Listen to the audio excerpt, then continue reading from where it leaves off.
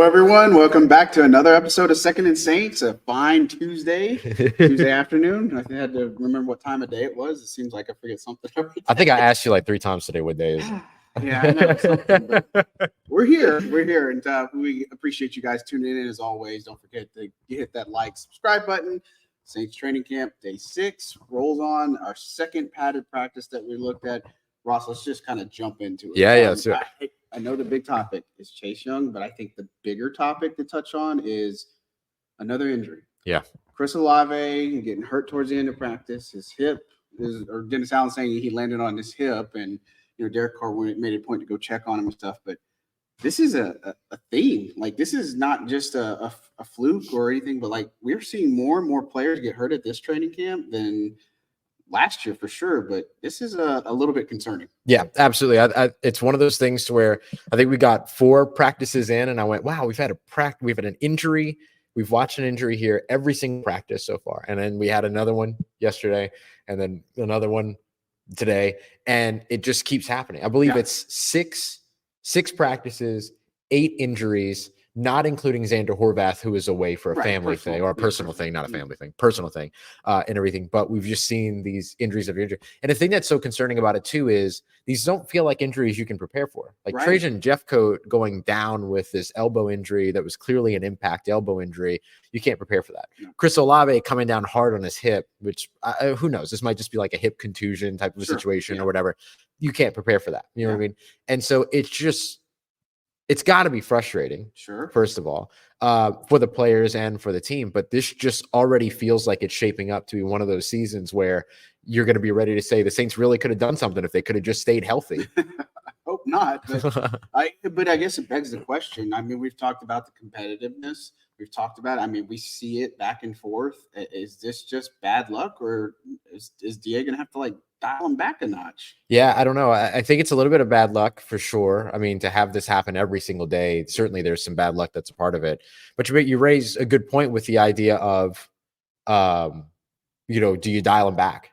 Because is a part of this being a little bit too overzealous and therefore pushing a little bit too hard and therefore doing something you typically wouldn't do that leads to an injury. I don't think you can dial him back during the padded practices, though. Right. I think you gotta try to let people know, hey, take care of yourself, everything like that. But it's going to be really tough because they've got padded practices again tomorrow.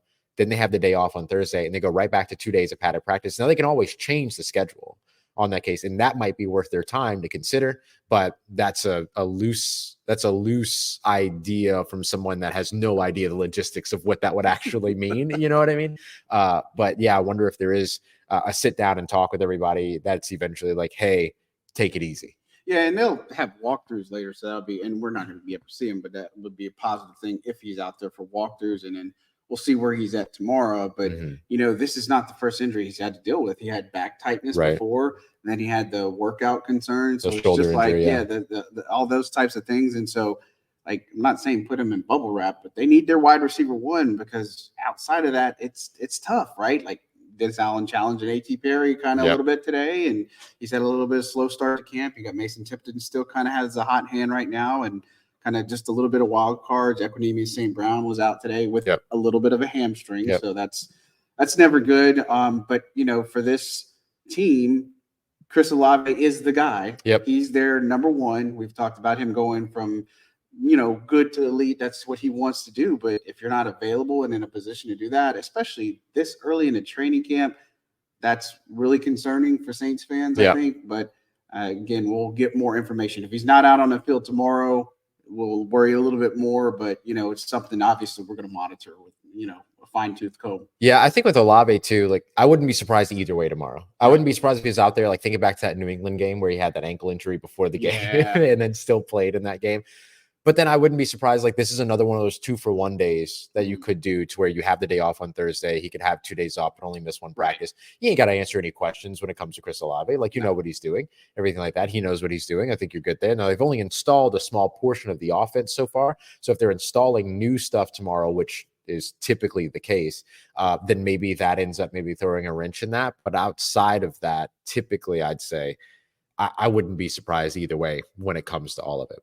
Tedra asked real quick, just on the injury front, are any of these injuries serious, like miss some season games bad?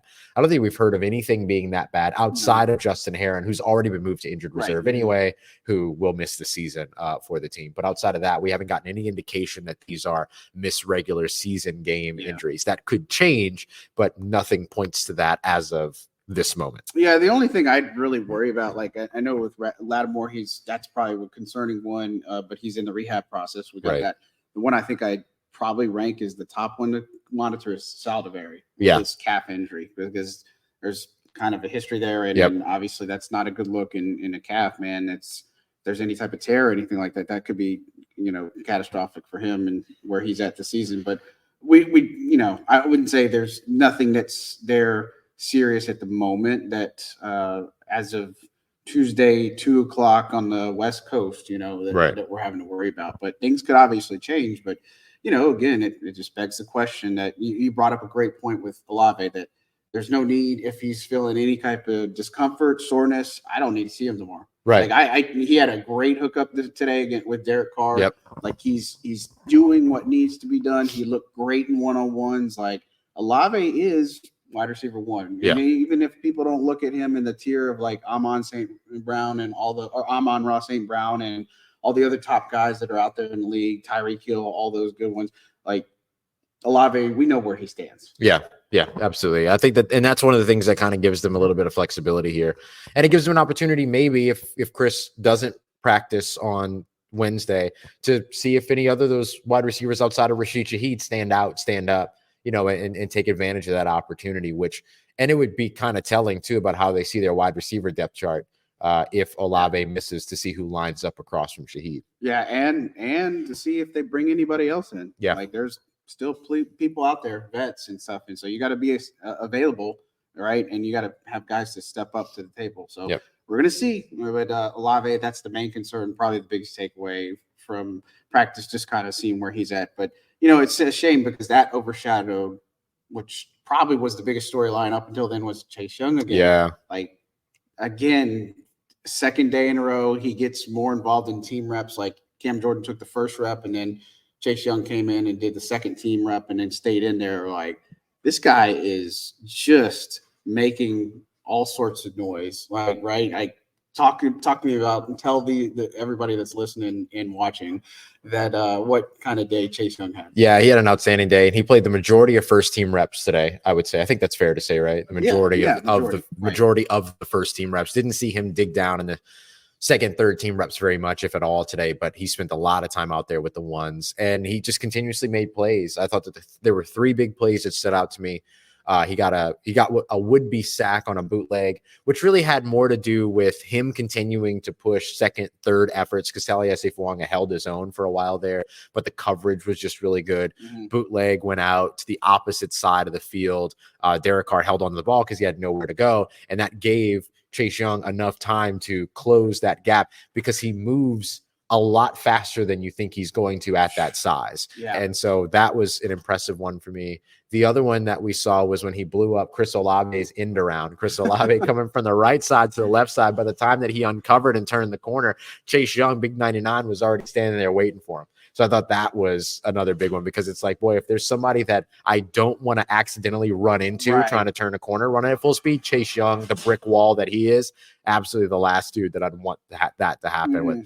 And then the last one that I thought was really interesting was one where he got into the backfield, got some pressure. I was hoping you bring up this point. Yeah, the ball got dumped off to Alvin Kamara. Kamara catches it in the middle of the field, turns upfield, and continues to run.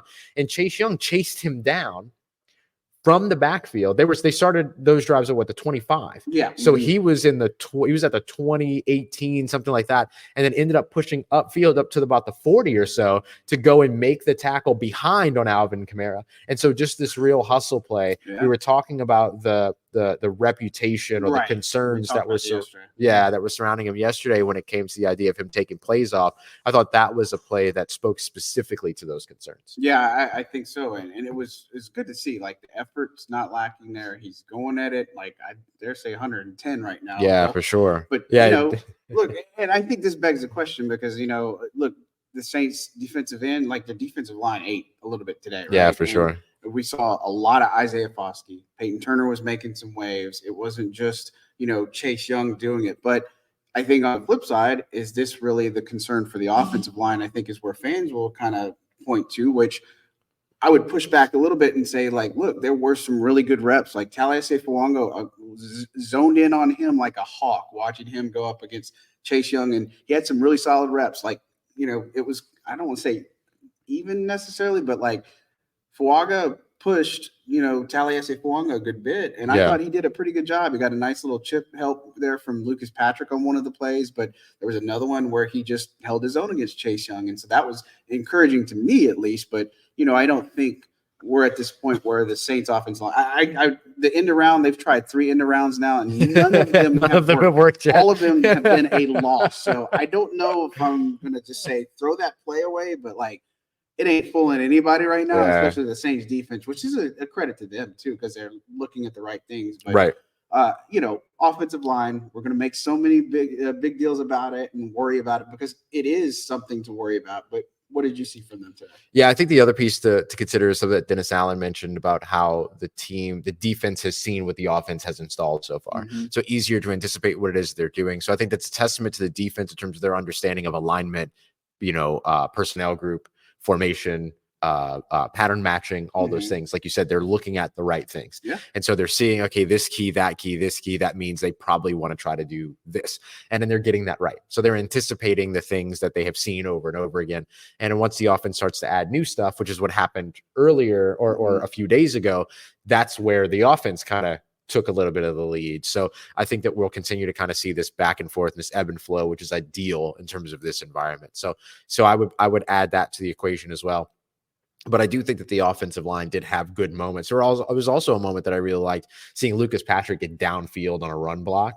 And there were a couple of nice runs, particularly in the first team drill. Did get some nice runs. Yeah, the first team drill, which is almost, it feels like centuries ago now after watching like all that Chase Young stuff that happened after that. But after that during that first team drill, the offense was hype. I mean, I think I'm pretty sure it was Foster Morrow.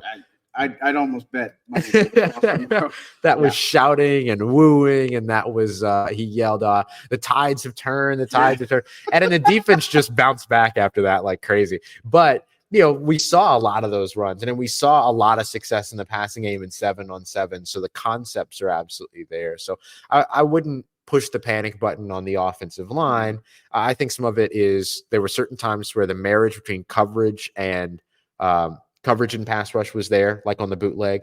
I think that there were other instances in which the defense just knew where things were going in terms of that end around. And then again, the other thing that was impressive about Chase Young was him not giving up on a play that the offense was otherwise making on a catch and run by Alvin Kamara. So I think it's the nuance of all this, because people could hear, "Oh, Chase Young had a great day," and then immediately assume that means that. Assume that means like, "Oh my God, is that going to back into us?" And immediately assume that, "Oh, well, the offensive line must have struggled." But no, you can stand out on plays that have nothing to do with the offensive line, like that chase down tackle that he had down the field. Yeah, and I think the thing to appreciate is the fact that they were still able to run the football today. Right, they had some real successful runs are getting into the second and third level. We saw some running backs put some sauce on. Goodness! Like, I mean, putting some moves out on some of these guys too. I mean, it was a thing to see. And look, they had some successful plays. I mean, you got to look at that big hookup from Jake Hayner to Rashid Shaheed. Yeah, and sevens. That was a big one. And of course, that was more in sevens. But at the same time, just Rashid getting behind the defense is something to see. And it was funny because what Keith Williams said. Oh yeah, that type of speed when the cops pull over. He said that's why police write tickets. That's what for speeding. Oh my Lord, yeah, it's just that and between that and then also like there was a really nice rep between Rattler and Mason Tipton. Nice connection where a coach called attention to it, and said it was a nice expletive throw. Yes. So 18. You could fill in the blanks there. I don't have to for you. We're going to keep that friendly. But, I think the offense did have some good moments today. Still, like it wasn't just a one-sided defensive attack. We didn't see any turnovers today. I guess that was a good thing too. But a lot of the defense line, there was some pressure, there was some things. And look, again, like I said, Isaiah Foskey is a guy that I wrote down plenty on my notes. Yeah. And the fact that he's there, he was in position, and all these other things. And that's what I want to see is I know Peyton Turner, the pressure is going to be on him too. But for Isaiah Foskey, he's the guy that's presumably going to be in the plans for the next couple of years. Yeah. And so I like seeing that development from him and just him doing a little bit more than I do maybe a Peyton Turner. Yeah, absolutely. It's so interesting to see kind of his development and everything he does. Because remember, he was one of the guys that he was the guy that when he was drafted, Dennis Allen specifically highlighted his ability to help them against the mobile quarterback and all those other things. So they have a really unique and specific vision in terms of how he would be able to contribute over on this defense. If you get guys like Peyton Turner and Isaiah Foskey, who are going to get fewer snaps than Cam Jordan, Carl Granderson, and Chase Young, if you get those guys operating on a consistent level, and raise the floor of what that unit does, it makes the entire unit better. Doesn't mean that they have to be 10 sack guys. Doesn't mean they have to be 5 sack guys. No. It just means that if they can go in and contribute and help out in enough of a way that it ends up kind of raising the floor of that unit, it ends up having a big ripple effect. Yeah, I was looking, I'm trying to make sure I find in my notes because somebody's asking about, I put in my notes about a rep between, looking at the play, there's a rep between Trevor Penning and Peyton Turner. One that I was looking in on. Yeah. I had made it a point, but I don't remember the play. I can't find it off in all my scribble scrabble at the moment, but it makes sense to me. So, it was right there. It was on the screenplay, the big screenplay. Yeah. Of course. Huge catch and run. Excellent block on Peyton Turner because this was a one in team with Derek Carr. You know, they didn't have that particular good success to start out, but then Carr hits Alvin Kamara on a screenplay to the right, which went way down the field. Like, I don't know if anybody was going to get Kamara. Like, I know they play it out and stuff, but if that's a game situation, I don't know if anybody's getting Kamara. Like, I'm not going to score a touchdown, but on that play, Penning had an excellent block on Peyton Turner to be able to spring Alvin Kamara. It wasn't just him, but, that was one rep that I noticed in my observations. But there are some other ones that I feel like Trevor Penning is still – we talked heavily about him yesterday. If you're listening to a different day, it doesn't make sense. But on our Monday show, day 5 recap, talked about Penning and just his comfortability. But again, I see a player that is getting a little bit of a groove, and he, I don't expect him to win every single rep, and of course we saw even guys like Nico Lalos getting some success today. Foskey, again, we talked about him. We saw some stuff from the interior from guys like Jack Heflin. So again, it's not without, blemish, but I was encouraged a little bit what I saw from Trevor Penning just watching him again today. Yeah, for sure. One player that I was encouraged by a lot today that was interesting was Alvin Kamara, actually. Yeah. I thought Alvin Kamara actually had a solid practice today. He's not going to get a lot of shine. Talk about him, I guess. Right, yeah. He's just one of those guys where, like, when he has a good day, everybody kind of goes, yeah, okay, that makes sense. Yeah. But he had that screen catch and run that you mentioned. And then he also had a dump off over to the left side of the field with Willie Gay in coverage, who has been outstanding. Who's been outstanding like all training camp so far. And Alvin kind of put a little move on him and just froze him up, and it ended up being able to run right past them. That's the play that led to the Peyton Turner. No, the next play was the Turner scuffle. But that was in one of the team drills. And I thought that, like, there were a couple of moments like that where Alvin Kamara looked really, really good, to where you could see, okay, well, there's the explosiveness that everybody asked, does he still have?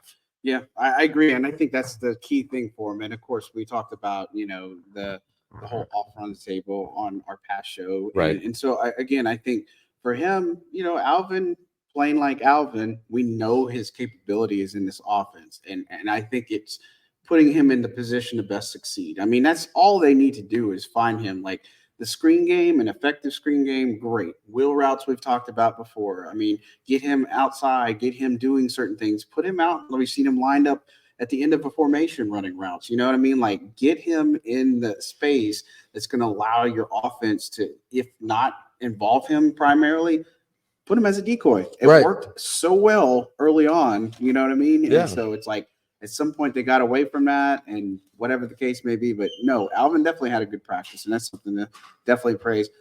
This scuffle, I think we want to make sure to mention that is, it was just an inside handoff. And look, once you get the handoffs in the middle, people keep pushing the pile. Like, you're in a pile of a whole bunch of linemen and linebackers, tight ends and stuff. And so this was Dallin Holker and Peyton Turner having a little bit of extracurricular activities. It was a scuffle. Like everybody got separated pretty quickly, but good on the Rook to kind of be like, I'm not taking this from somebody like Peyton Turner. So I was excited to see that. Yeah, I mean, look, I'm never mad at some competition and stuff like that. There's a layer where it goes too far, but I don't feel it much like the Alontae Taylor and Cedric Wilson scrap that happened.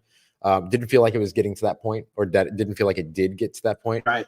It's just a competitive environment. Yeah. I mean, that's all it is. It's competitiveness.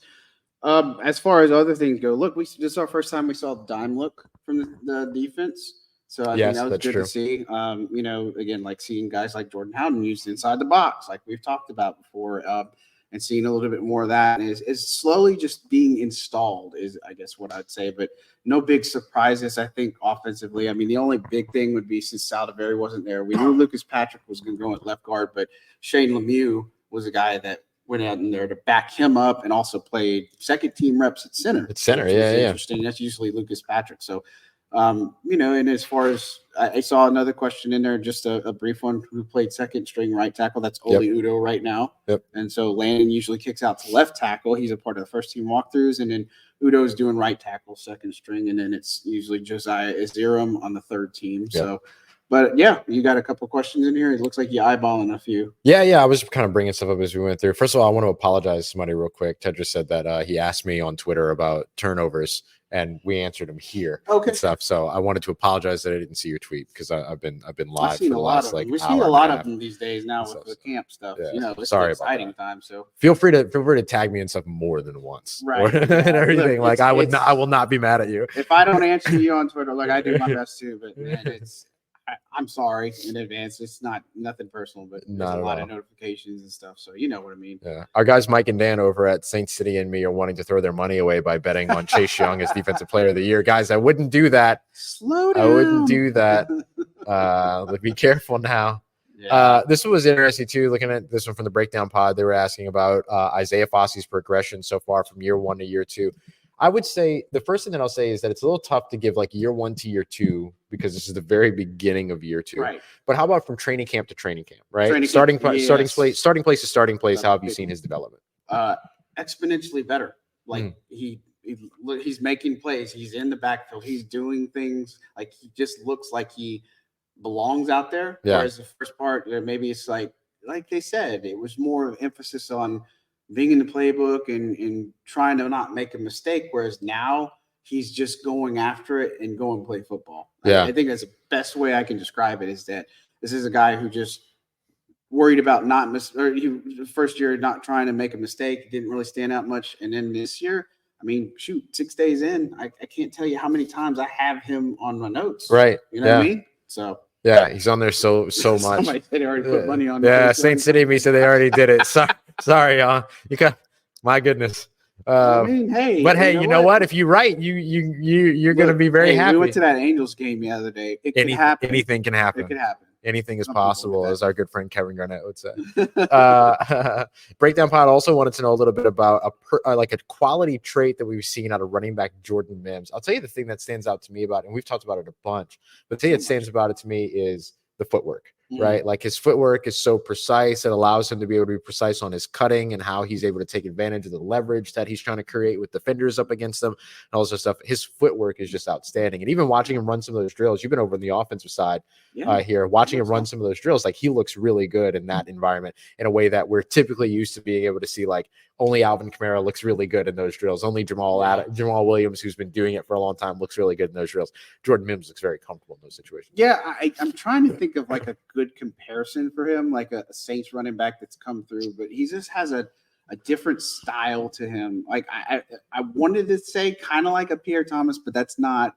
You know what I would want to go, and I can't say like a Kyrie Robinson. I can't say a Darius Victor. I don't know. Where were you going? One somebody. Oh goodness! One somebody that that works. One somebody that I thought of with him that was it was Divine Azigbo, but with better vision. That's a good one. Like Yeah, that was, that one. because he's got the versatility. You can kind of do a little bit of him. Zigbo was a little bit stockier than Mims is, just in terms of like body build and all those other things, but a little bit slimmer and much better vision than what Zigbo at least showed on a consistency basis. And everything, which I think was one of his downfalls in terms of him not eventually making the team, even though he did get a second chance later on down the line. But yeah, that was one of the things that I thought of, just in terms of all the different things that he can do. Yeah, and look, I think Mims is also helping his case because we see him on the personal punt protector, getting work there. Returner. We see him in the return game. You know, he's just trying to do as much as he can to be able to distance himself and put him in the competition. And every day that Kendre Miller's not out here, very added bonus day for Jordan Mims. And I mean, shoot, if he keeps performing like this, again, it brings up a conundrum. Like, how do you not look at keeping a guy like this? Because you're not going to float him through waivers. I just don't see that if the track continues. And of course, we're a long ways away from that. You know, first preseason game's what, August 18th, I think? Is it 18th? 12th. 10th. 10th. It's the 10th. It's the 10th. Yeah, that. So, you know, all that funness. But get back on track. The 18th, to your credit, the 18th is the second preseason. That's the 49ers. Yeah, it's the 49ers. Yeah, sorry, I time traveled a little bit. My bad. We do that on the show. do that. Didn't know we could do that, but, you know, we can. So, man, anything else that stood out really on the offensive side or defensive side? I mean, we can go through our notes because I definitely want to hit on special teams. You know, we have a little bit of a shorter show. We're not going to do a whole hour today because we have some things, but at the same time, we definitely want to get out here. I do want to point out some things on the offensive side. So watching some drills, just some things to notice that Andrew Janocko and Clint Kubiak, the tandem and the way they work in sync is really fun to watch. Yeah. And I mean that by saying, like, when the quarterbacks are there throwing, so Janocko will call the play. I think you honed in on that or talked about that recently, but Janocko will give the play to the quarterback, and then Clint Kubiak stand right in the middle of everything, like the throws and everything, and he's giving like the live feedback. I just think they work in such a harmonious way, big word, that they work in a harmonious way that it's just not like what we've seen. Yeah, man. I think it's something to appreciate. Yeah, it's I'll use another big word. It's a symbiotic relationship between the two of them. And I think it's really interesting to watch. I mean, we talked about the other day, it's where we saw Janocko relaying the plays and then Kubiak standing back behind, basically from the safety perspective, watching the routes on air develop in front of him, and you would see him kind of rotate like a safety would, or bounce outside, or down on a robber, or move outside to where a linebacker would. He even rushed the pass one time and fell over and everything at one point, got up and not kind of afraid to get in there. Yeah. Sure. He like laughed it off and everything. It was cool to see. Like, that's those kind of things that like grow relationships between players and coaches. But the thing that's interesting is, from my understanding, talking to another Saints coach, he's a former safety. And so part of it too is that he likes to see it from that angle and everything. So that was a part of that. But seeing it from like the quarterback drills and then it building up and scaffolding up and everything as they do, it is a really interesting relationship. And it is an example of collaboration that doesn't feel like previously existed in this coaching staff. Right. Yeah. You see Kubiak running to go cover a wide receiver or running back. Like, again, I know Pete's a little bit older, but, you know, and then we're not trying to compare all that other stuff. But again, we always bring up the thing about what's different in camp, why we see it differently, why the offense can do it. You want to know that type of stuff. That's the type of stuff that we see that looks different than anything we've seen in the past, I don't know how many years. Yeah. But it was good to see that. Again, we talked about Mason Tipton just getting open again. You know, I will say, you know, we talked about on Monday's show, you know, the uphill battle it faces because he needs to be able to do more. Yeah. Right. But like when we talked about special teams, that gunner rep that he had, I mean, he just absolutely got stoned. He got demolished by Kool-Aid. Yeah. Wasn't it Kool-Aid? It wasn't Kool-Aid. I think it was Kool-Aid and Will Harris. Kool-Aid and Will Harris. Yeah, Will Harris kind of like shoved them like, nah, I ain't having none of this. You know what I mean? And so, again, you got to be able to have that upside on special teams. You got to be able to do multiple things. But again, he's still making catches and he's making plays again, which is good to see. And we want to know, is that going to continue? Any players that you see that maybe stood out to you, or any particular observations that you had? Oh yeah, DeMarco Jackson. Oh God, it was super fun to watch today. Big time day. Yeah. I credited him as my dog of the day over on Locked On Saints during our live show. He was just awesome, man. He had a great day. He had one play to where he came and he like blew up a run and got into the backfield. He had another really, really solid play too, to where Peyton Turner came around the edge, put some pressure on Spencer Rattler, who was flushed out, which, by the way, the Saints defense flushed the quarterback out, forced him to run or scramble 4 different reps today. Yeah, that was big. It's pretty consistent. Most that we've seen so far through camp in a single day, I mean. But anyway, Rattler got flushed out. So he flushes out to his dominant side, to his right. And so when that happens, it becomes really, really challenging for a defender who's caught in sort of the conflict of, do I crash down and go to peel off my coverage to go and try to put pressure on the quarterback, thereby potentially leaving him open to just kind of like dump it off over my head? Or do I stick with my receiver and then end up giving up some rushing yards to the quarterback? And so you have to play it perfectly. Yep. And I thought DeMarco Jackson played it as perfectly as you could as a linebacker in that situation, because he didn't peel off of the wide receiver too early. And when he did, he peeled off with such momentum that he closed on Spencer Rattler immediately, and he had nowhere to go with the football. So really, really good stuff on a registered sack there. Yeah, and he made it a really good play later where he stopped the inside zone run to James Robinson. Yeah. Got like DeMario and the whole defense pretty hyped. Yep. I mean, like he had a good day. And I know we talked about it with the preview that people were like not really thinking about him because he's more special teams. But this is a guy that, again, has a big value that most people overlook. But I like seeing him be able to flash today. That was good for him. And we're going to see more of those players as we progress. You know what I mean? Yeah. Some players will show up more than others. Some will hide in the shadows. Mason Tipton's on a hot streak right now, right? I'd even argue like Hainer and Rattler are doing pretty good. But, you know, we kind of talked about it that I don't know that this battle is as fiery as maybe we were expecting. Yeah, I'm gonna kind of dive into this tomorrow on Locked On Saints too, because it's a little bit surprising. Like there's not the fireworks, the back and forth that you really thought there was going to be. It's kind of like one quarterback has a good day, and then the next few days they both just kind of temper out. Right. Make a play here, make a play there. Don't get me wrong, but then one has a really good day, and then it kind of goes back to, you know, pretty standard. And then the other one has a good day or something like that. Mm-hmm. It hasn't been a back and forth kind of battle like what we expected. It's not been, I think I would say, nearly as exciting as I thought it was going to be. Like so matching the energy. Yeah. Like, you know what I mean? Like today, Rattler was high on a couple throws. He had to roll out, just not being able to get it. But Hainer had a fumbled snap on one of the plays. And so it was just like, you know, Rattler had a chance to at least distance himself maybe a little bit in the conversation, but he moved up to second team reps today. And they're flip-flopping, but I think he had to position himself better in the long-term outlook. But again, I would have expected more here, and again, maybe we won't see that until the preseason. Right. You know what I mean? But I'm fascinated to see. But I'm with you. It's like you are seeing some things here and there, but still not consistent. Yeah. And I think that's what I'm waiting for, is a day where it's like, all right, Hainer's on, Rattler's on. Yeah. Now we got us a real legit competition here, right? Yeah. Now, competition, though, punting battle, not that anybody cares, probably, except for us, like nerds and Darren Rizzi and the whole entire Saints organization. Listen. Matt Hayball, punting day. Goodness. Man, he's his leg. We've talked about his leg. But goodness.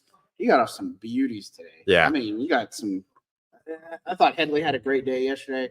Like after Hayball's day, like now I'm legitimately saying, okay, we're in a punter battle. Yeah, I mean, this was a strong day. This was a very, very strong day for Matt Hayball. And I think that like the one thing that keeps the punter battle at bay is if Headley comes out and has a strong day again tomorrow. Right. You know what I mean? Like you got to respond in the moment, because then everyone remembers it. Exactly. Right. If anybody, that's the thing. And so I think tomorrow's a really important day for Lou Headley to have a strong day there. Now, I think preseason and all these other things like that's all going to play a role too. But I mean, that battle really becomes a battle if Headley struggles tomorrow. Yeah, for sure. And again, it was fun to see that unfold. Charlie Smith, kicking day, missed his 2. At the end, he had 261 yards. The first one, you didn't get all of it, and it was short to the right. And then he had a better kick on the second one. It was wide to the left. Yeah. So it was not no chance of distance. Like he was money the first few kicks, but unfortunately wasn't able to really put much else after that. Anybody else stood out for you as we kind of wind down this a little bit abridged episode today, but we'll be back for more tomorrow and stuff. Sticking with the special team stuff, I thought that Cedric Wilson did a really good job fielding a punt. So Hayball lifted one, kept it up in the air quite a bit, bounced inside the 5. Cedric Wilson was able to field it, leave it outside of the goal line, and then it was down by Jordan Howden, who got down there. So really good couple of special teams plays there. And then I also thought 53, Jalen Ford, the rookie linebacker out of Texas, had a punch out when they were working on the punt returns and things like that. So there was a point to where Jermaine Jackson, who has now lost the ball a couple times. Yeah, man, who had some problems fielding punts. Yeah. And so he had they were working on returns. They were working on gunner, jammer, 2-on-1s, 1 gunner, 2 jammers. And Jalen Ford got out there and ended up punching the ball out on Jermaine Jackson, which I thought was pretty important too. I think Jermaine recovered it, if I recall correctly, but it was still a good play there by the linebacker. Yeah, and somebody was asking about where Charlie Smith. He's 16-19 right now in camp. So for those who want to know, well, again, like I said, a little bit of a bridged episode because there's some other obligations and stuff, and won't get too much into that. But look, we just want to tell you. If you want to look at all the notes and observations, be sure to go to Saints News Network, si.com/NFL/Saints or Saints on Sports Illustrated. Check out all those thorough notes. A lot of stuff, like 2,000 words every day. Go make coffee and just read. And if you have any questions, hit us up. You got your Locked On episode. Yep. Heavy on Chase Young. You're going to talk tomorrow a little bit about some things. And look, again, we got a flyer created. We got the SoCal meetup that's on August 8th. Stay tuned for that. Getting some help promoting it, so it's hopefully going to be a big deal, and so I look forward to it. I can't wait. Anything else you got before we kind of get out of here? No, man, that's it. We appreciate y'all very much for being here and for coming in and hanging out with us every day. I know we didn't get to all the questions today, but we'll swing back to some stuff tomorrow and everything like that. I think our stream's going to be a little bit later in the evening tomorrow. Wednesday will be a little bit later. Yeah, and that'll be typical of Wednesdays and stuff like that. So just be prepared for that. But outside of that, man, just thank y'all for being here. That's it. All right, guys, that'll do it for Second and Saints today. On behalf of Ross Jackson, John Hendricks signing out.